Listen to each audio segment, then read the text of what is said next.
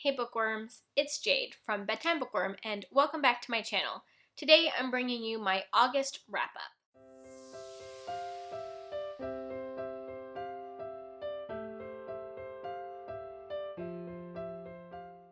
This one's going to be a little shorter compared to my last couple of wrap-ups because I only have 5 things to talk to you about, which typically wouldn't be that bad of a month for me, but I have really been ramping up my reading over the last few months. Last month I read 9 things and I participated in the reading rush, which promptly put me into a reading slump. So the first 2 weeks of this month, I hardly read anything. I just kind of picked away at a couple of things, and it wasn't really until the last couple of weeks of the month that I felt like reading again and got through a few books. So considering how the month started, I'm actually really happy that I have 5 things to talk about today. And the reason why I keep saying 5 things instead of read 5 books is because one of these was a DNF.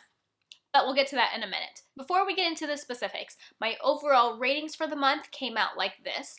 I had 1 2-star book, 1 3-star book, and 3 4-star books. And on the surface, that looks like a decent reading month. I mean, I did still have 3 4-star books, but between the reading slump and a DNF, I don't feel great about this reading month. And I can't remember the last time I had a month where I didn't have at least 1 5-star read, which I know I should consider myself lucky. The 5 books that I picked up this month include Something Borrowed, Something Blood-Soaked by Christa Carmen, House of Salt and Sorrows by Erin A. Craig, I'll Give You the Sun by Jandy Nelson, The Downstairs Girl by Stacey Lee, and The Blinding Knife, the second book in the Lightbringer series by Brent. In my wrap-ups, I always go over the books that I read in the order that I read them, but I'll also have timestamps down in the description box so that you guys can jump to whatever books you're most interested in hearing about. So the very first book that I picked up in August was Something Borrowed, Something Blood-Soaked by Christa Carmen. I accessed the ebook of this through Kindle Unlimited, which I got a free subscription to as like a trial thing. This is a short story collection of hers, and I picked this up as part of the Bloody Beach Readalong, which is hosted by a bunch of booktubers. I will link information about the read-along down in the description box, but August was the last month of the read-along, so it's over now. Unfortunately, this was the book that I DNF'd this month, and I gave it 2 out of 5 stars. I did give it a really solid go. I read over half of this book, but at that point, I really hadn't found any stories that I was enjoying. I stuck it out that long because I was hoping, because it was a short story collection, that at least one of the stories in the collection would be something that I liked. But once I passed the halfway mark, I felt like the chances that something in that last half were going to intrigue me were probably pretty low, so I decided just to let it go. There are definitely a variety of stories, and one thing that I liked about the collection was that they were all tied to marriage. That was like the theme that she was trying to explore in this book through horror stories, which I thought was a really interesting concept. Some of the stories were very strange, especially the very first story in the book. It just was very abstract, and I really didn't understand what was going on in that story at all. But I know a lot of other people really liked the first story, so I didn't exactly get off to a good start with this collection. But from there, the stories definitely varied. Some of them were really weird, but some of them were more normal horror stories. A lot of them had paranormal elements, and some of them definitely had some interesting ideas, but I just didn't find myself enjoying any of them, nor finding any of them really all that scary. And then once I got to the halfway mark, there were some stories involving heroin addicts, so content warnings for that. And not that that was particularly triggering for me, I just wasn't really interested in those stories, and that's when I decided to call it quits. There are definitely other people out there who have enjoyed this collection, so if you're interested in trying it out, don't let my review stop you. But I just found that this collection wasn't to my taste. The next book that I finished was House of Salt and Sorrows by Erin A. Craig, and I gave this 4 out of 5 stars. This is a YA fantasy that I received as an ARC, or an advanced reader copy, when I attended the North Texas Teen Book Festival earlier this year. I hadn't realized this until I heard other people start reviewing this book, but apparently this is a retelling of the 12 Dancing Princesses, which is not a fairy tale I'm actually familiar with. This story is about Anna Lee, who is one of 12 sisters, and they live on this island in this big mansion or manor. The story opens at the funeral of one of Annalee's sister, who is actually not the first of her sisters to die. And the people of this country that Annalee lives in think that her family is cursed because her sisters keep dying. One thing that really intrigued me about this book was the world building. So it seems like this is like a country made up of multiple islands, and their religion and their lifestyle is very much based on the ocean. Their culture reminded me a lot of like the Greyjoys in Game of Thrones, except not as brutal and as into like war, but just like the sea god that they worship and some bits of their religion reminded me of the Greyjoys. And while Annalee's family worships the sea god, there are actually multiple gods in the religion of this world, which in turn reminded me of more like Greek and Roman gods, because these gods are also thought to occasionally interact with humans in the world. So after the death of her most recent sister, Annalee begins to wonder if her family is cursed or if someone is murdering her sisters, and she spends most of this book trying to figure that out. There's also this storyline of a magical door that leads her and her remaining sisters to these magical balls that happen every night, which is like the 12 Dancing Princesses part. But there's also like a spooky bit of the story where Annalee and one of her younger sisters seem to be seeing ghosts around the house of the dead sisters. There are definitely a few really creepy scenes that I absolutely loved in this book. Honestly, I wish that there were more creepy scenes. The best way I can think to describe the feeling of the story is, you know that scene in the animated film Anastasia where Anya first makes it back to the palace and she hears this eerie music and she sees these dancing ghosts in these glorious ball gowns. That scene is a little somber and eerie, but also beautiful. That's the best way I can describe the feeling of this book. It's definitely a mix of sadness and creepy, but also beautiful dresses and lots of dancing and romance. There's definitely a good bit of romance in this book. I think some people might even consider the main romance to be insta-love.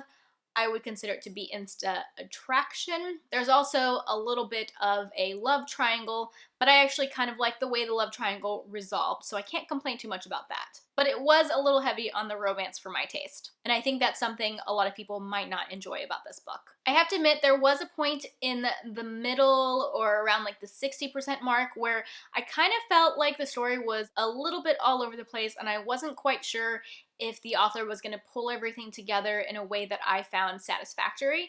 But I'm happy to say that by the end of the story, I thought everything was pulled together and resolved in a way that I enjoyed. This book was definitely a little bit of a nice surprise for me, especially as I was just coming out of my reading slump. The next book that I finished in the month of August was I'll Give You the Sun by Jandy Nelson. I had a hardcover copy of this out from my library, as well as listening to an audiobook version of this, which I bought myself through Audible. This is a YA contemporary book, which is not typically a genre that I pick up, but this is one that I've heard a lot about over the years, and at some point it made it into my TBR jar, and I pulled it out of my TBR jar. This is a story of two twins, Noah and Jude, and it's told in two different timelines. One timeline is from when the twins are about 14, and that's told from Noah's perspective, and then you also have a timeline from Jude's perspective, which is when the twins are 16. And things are very different in these two time periods, so you kind of see how things used to be and how things are now, and as the stories go along, you start to draw connections and figure out how and why things have changed between the two timelines and between the two twins. Now that I've read this book, I can see why so many people really love it, but I also want to caution people because I was really surprised by the writing style in this book. And now that I've looked into it, I can see that people who don't enjoy this book a lot of times complain about the writing style. The writing in this book is a little bit hard to explain. It's very whimsical and has a lot of metaphors. A lot of times the writing reminded me of magical realism, but there's not really any magic going on. It's just written in a similar way. A lot of times the narrative will say that something happened when it's something that just like happened in the characters' heads. And that took a lot of getting used to because I'd be like, wait, what? What just happened? oh, that didn't really happen. And it was a little confusing, and I honestly didn't like it for a really long time. The writing style definitely took some getting used to, and I think that listening to the audiobook helped me with this. Whenever I was reading things out of the physical book, a lot of the whimsical, metaphorical things that were in the narrative read to me as really silly and kind of just like didn't work for me. But when I was listening to the audiobook, hearing these narrators bring these characters to life really made it feel more natural. Even though I'd heard a lot about this book in the past, I had not heard anything about that writing style, so I definitely wanted to point that out. Other than that though, this was a really touching story about family and about how family can be complicated. It's about growing up and growing apart and growing back together. There was just so much about this book that I did really enjoy. Unfortunately, because of the writing style, I ended up only giving this 4 stars. I think if the writing style had been more to my taste,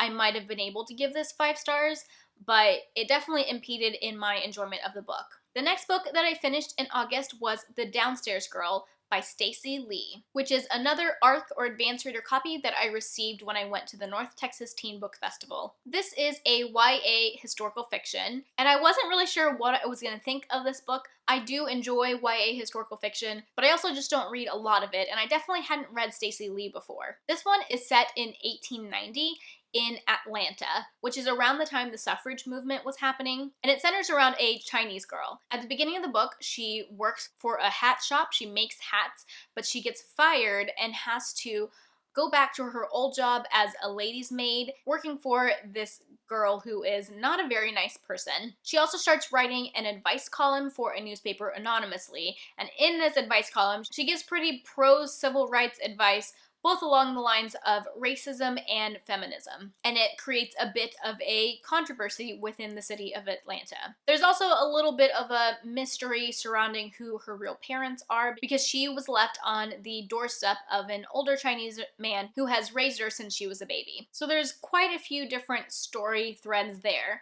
But this is mainly just a story about Jo trying to survive in Atlanta as a Chinese woman during the time after the Civil War, but when segregation is still very much a thing. And while she's not quite black, she's also not white. So trying to make her way in this society. I thought this was such an interesting story. It's definitely a time period I'm not all that familiar with, especially from a Chinese perspective. And at the end of the book, there's an author note that explains some of the research and the dynamics going on during this time period that I found fascinating. I also like that the suffragist movement was included in the story. Jo and one of her African American friends try to get involved with the suffragist movement, but they run into some resistance because these women, while they want voting rights for women, they don't necessarily advocate for voting rights for women of color. So it's just a very interesting dynamic to read about. As far as the mystery elements of the story, I sort of figured things out pretty early on, but I think that's okay because the mystery is definitely not the point of the story. There's also a little tiny bit of romance, which I loved. I'm glad that the story wasn't heavy on the romance, and I think that makes sense because this is a very feminist book, all about women being independent and being equal to men. So it wouldn't have felt quite right, I think, if romance played a huge part in the story. There's also a little bit of a found family story going on here, which is one of my favorite tropes. In the end, I found this to be really touching and informative, everything that I look for in a historical fiction book. The only thing that was missing for me was that it wasn't quite as emotional as some historical fictions that I've read. I really enjoyed this, and I will definitely be looking forward to reading more Stacey Lee in the future. Alright, and the last book that I read in the month of August, honestly, I started reading this in July, but I didn't finish it until the very last day of August, and that was The Blinding Knife by Brent Weeks, which is the second book in the Lightbringer series. I did primarily listen to this on audiobook through Scribd, but I also had the ebook on my Kindle from my library. I started reading this in July, and then I took a break reading it while I participated in the reading rush, and then I got into a reading slump. I did pick away at it a little bit during my reading slump, but honestly, it wasn't really helping me to get out of my slump. But then towards the end of the month, I was able to get back into the story. I even half buddy read it with my friend Rachel from The Shades of Orange, which was very helpful to help me get through this book. In the end though, I ended up giving this book 3 out of 5 stars. I have very mixed feelings about it. When I first went into this book, I was very much excited about continuing on in this series. I really enjoyed the first book. I gave it 4 stars. What I loved about the first book were these mysteries between the characters, and when we ended the first book, I was privy to some information that other characters weren't. So it created a lot of tension between the characters because I knew some things about this character that this character didn't know, and I was excited to see how those things were going to be revealed and how things were going to be resolved.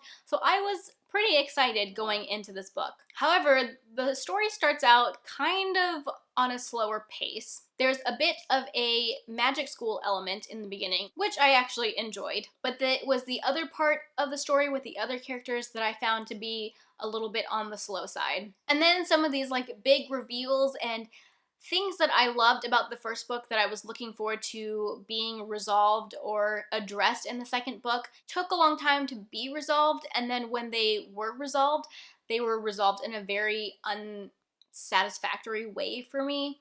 Obviously, I'm being really vague because this is the second book in a series. I do plan to do a spoiler-free review video as well as a spoiler-filled book chat because I definitely have mixed feelings about this book. There are things that I liked, and there are things that I didn't like. Another thing that I didn't like was that this book definitely amped up some of the sexual content that I kind of had expected in the first book based on what people were saying, but I felt that the first book was handled okay, and then this book kind of let me down in that area. And I'm not someone who is completely against having sex in books. I just didn't enjoy the sex in this book, and I didn't find a lot of the women's perspectives or like the way that the women behaved to be very realistic. One of the female characters I really enjoyed in the first book, and in this book, I really didn't enjoy her perspective or the choices that she made or the way that she acted. Just didn't really make sense to me. For a decent chunk of this book, I was actually considering not continuing on in the series. I never considered DNFing this book because I at least wanted to see it through, but I wasn't really sure because of the issues that I was having if I would want to continue on in the series.